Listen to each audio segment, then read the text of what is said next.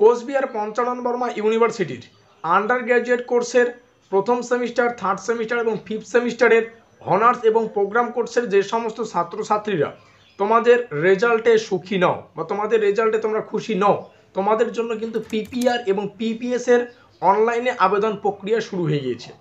আজকের এই ভিডিওটিতে আমরা বিস্তারিত আলোচনা করব পিপিআর মানে কি, পিপিএস মানে কি, কোনটা করলে নম্বর বাড়বে, কোনটা করলে নম্বর কমে, আদেও কি পিপিআর এবং পিপিএস এর মাধ্যমে নম্বর বাড়ানো যায়, প্রত্যেকটা বিষয় আজকের এই ভিডিওটিতে তোমরা জানতে পারবে।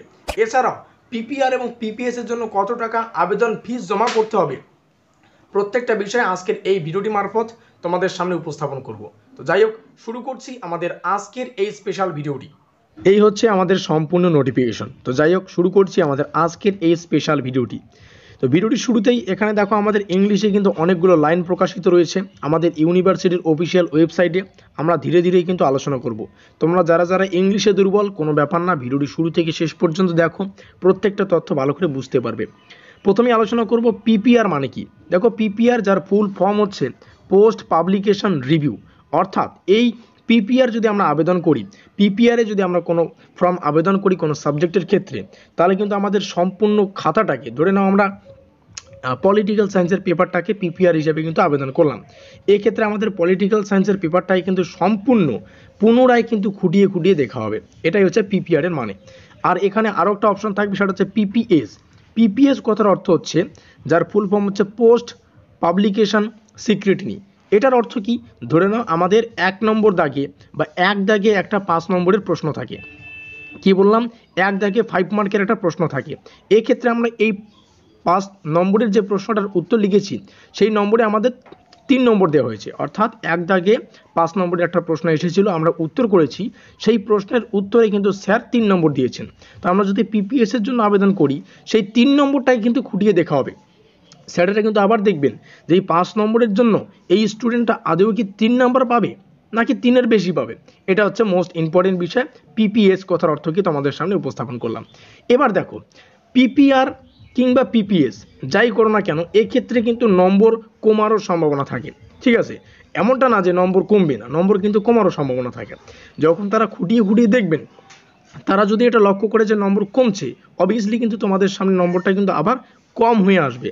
তবে বেশিরভাগ ক্ষেত্রে বলতে 75% ক্ষেত্রে আমি এটা বলবো, 75% ক্ষেত্রে কিন্তু 2 থেকে 3 নম্বর কিন্তু অটোমেটিক বেড়ে যায়। ঠিক আছে, 2 থেকে 3 নম্বর কিন্তু বাড়ার সম্ভাবনা প্রবল, কিন্তু নম্বরটা কমারও কিন্তু সম্ভাবনা থাকে। তো এই বিষয়টা মাথায় রাখবে। তো তার জন্যই কিন্তু আমাদের অনলাইনে একটা ফর্ম ফিল আপ করতে হবে। আর অনলাইনের মাধ্যমে যদি আমরা ফর্ম ফিল আপ করতে চাই, আমাদের এই ডেটের মাধ্যমে কিন্তু ফর্ম ফিল আপ করতে হচ্ছে 13/4/2024 থেকে 16/4/2024, অর্থাৎ আজ থেকেই শুরু হয়ে গিয়েছে অনলাইনের মাধ্যমে পিপিআর এবং পিপিএস এর জন্য আবেদন প্রক্রিয়া। ঠিক আছে, এটা কিন্তু 16 তারিখ অবধি চলবে। এবার যদি আমরা দেখি আমাদের কত টাকা ফিজ দিতে হচ্ছে, আমাদের 50 পার পেপার অফ পিপিআর এবং 50 per paper of for PPS, অর্থাৎ পিপিআর বা পিপিএস এর জন্য কিন্তু আলাদা আলাদা করে 50 টাকা করে কিন্তু তোমাদের ফর্মটার আবেদন প্রক্রিয়া কিন্তু আবেদনের জন্য কিন্তু 50 টাকা পে করতে হবে। এই হচ্ছে সম্পূর্ণ তথ্য। এবার দেখো, যে সমস্ত ছাত্রছাত্রীরা 2023 সালের পরীক্ষায় উত্তীর্ণ হয়েছে, অর্থাৎ নতুন শিক্ষানীতি এনইপি, এটা কিন্তু তাদের জন্য না। কারণ প্রথম সেমিস্টারে এই বিষয়টা দেখো এখানে লেখা রয়েছে কাদের জন্য। আমরা যদি দেখি, ইউজি সিবিসিএস মানে আন্ডার গ্র্যাজুয়েট কোর্সের সিবিসিএস এর আন্ডারে বিএ, বিএসসি, বিকম, ঠিক আছে, বিবিএ, বিবিএম, ফার্স্ট সেমিস্টারের অনার্স এবং প্রোগ্রাম কোর্সের ছাত্রছাত্রীদের এক্সামিনেশন যাদের 2023 সালে ব্যাকলগ ছিল, সেই সমস্ত ছাত্রছাত্রীরা কিন্তু এই পিপিআর এবং পিপিএস এর জন্য আবেদন করতে পারবে। এছাড়াও ইউজি আন্ডার গ্র্যাজুয়েট কোর্সের সিবিসিএস, বিএ, বিএসসি, বিকম, মানে বিএসসি কোথাও হচ্ছে সায়েন্স, মানে বিএ যাদের সায়েন্স ছিল, ঠিক আছে, BCom, BBA, BBM, third semester এবং ফিফথ সেমিস্টারের ছাত্রছাত্রীরা অনার্স এবং প্রোগ্রাম কোর্সের ছাত্রছাত্রীরা যারা 2023 সালে পরীক্ষা দিয়েছিল রেগুলার এবং ব্যাকলগের জন্য, তোমরা কিন্তু পিপিআর এবং পিপিএস এর জন্য আবেদন করতে পারবে। As per the details scheduled appended below, অর্থাৎ প্রত্যেকটা শিডিউল, প্রত্যেকটা বিষয় কী কী রয়েছে প্রত্যেকটা কিন্তু নিচে আলোচনা করা রয়েছে। আর নিচে আলোচনা করা রয়েছে মানে আমরা কিন্তু শুরুতেই যেটা আমরা আলোচনা করে ফেললাম, আমাদের আবেদনের তারিখ এবং আবেদনের ফিসটা, এটাই কিন্তু এখানে বলছে। তো দ্য পিপিআর এবং PPS form will be available at university website.